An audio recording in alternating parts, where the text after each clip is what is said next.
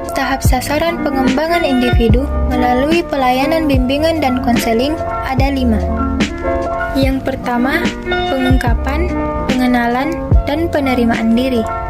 Tiap individu diciptakan oleh Tuhan Yang Maha Esa, dibekali dengan potensi-potensi tertentu. Namun, tidak semua individu mampu mengungkap potensi dirinya. Dalam kondisi demikian, individu harus dibantu untuk mengungkap potensi-potensinya. Demikian juga setiap siswa pasti memiliki masalah, tetapi kompleksitasnya berbeda satu dengan yang lain. Tidak semua individu mengenal atau mengetahui masalah dirinya. Oleh sebab itu, individu tersebut harus dibantu untuk mengenali masalahnya. Yang kedua, pengenalan lingkungan. Individu hidup di tengah-tengah lingkungan yang tidak hanya dituntut mengenal dirinya sendiri, melainkan juga mengenal lingkungannya. Seperti pada penerimaan diri sendiri, individu pun hendaknya menerima lingkungannya sebagaimana adanya. Yang ketiga, pengambilan keputusan. Pengambilan keputusan yang menyangkut diri sendiri seringkali amat berat dilakukan.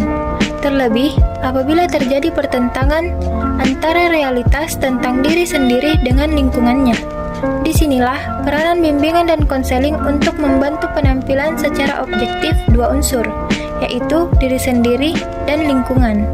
Yang keempat, pengarahan diri.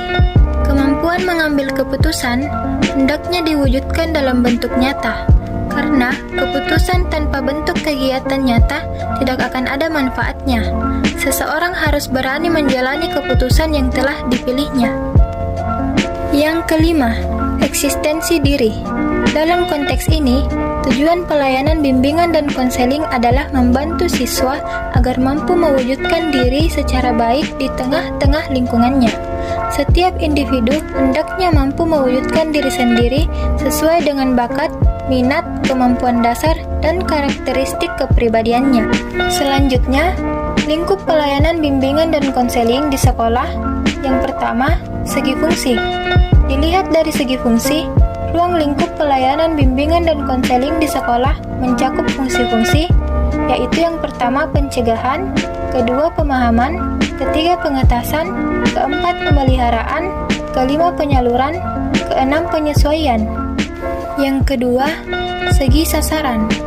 Dilihat dari segi sasaran, ruang lingkup pelayanan bimbingan dan konseling di sekolah diperuntukkan bagi semua siswa dengan tujuan agar siswa secara perorangan mencapai perkembangan yang optimal melalui kemampuan meliputi yang pertama pengungkapan pengenalan penerimaan diri, kedua pengenalan lingkungan, ketiga pengambilan keputusan, keempat pengarahan diri, kelima perwujudan diri.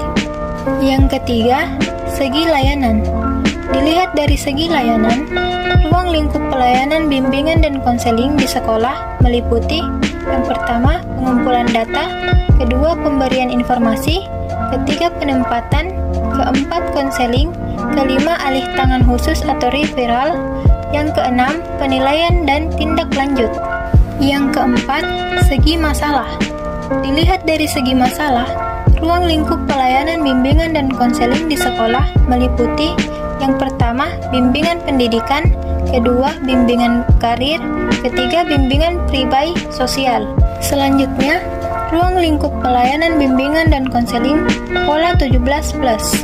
Yang pertama, keterpaduan yang mantap.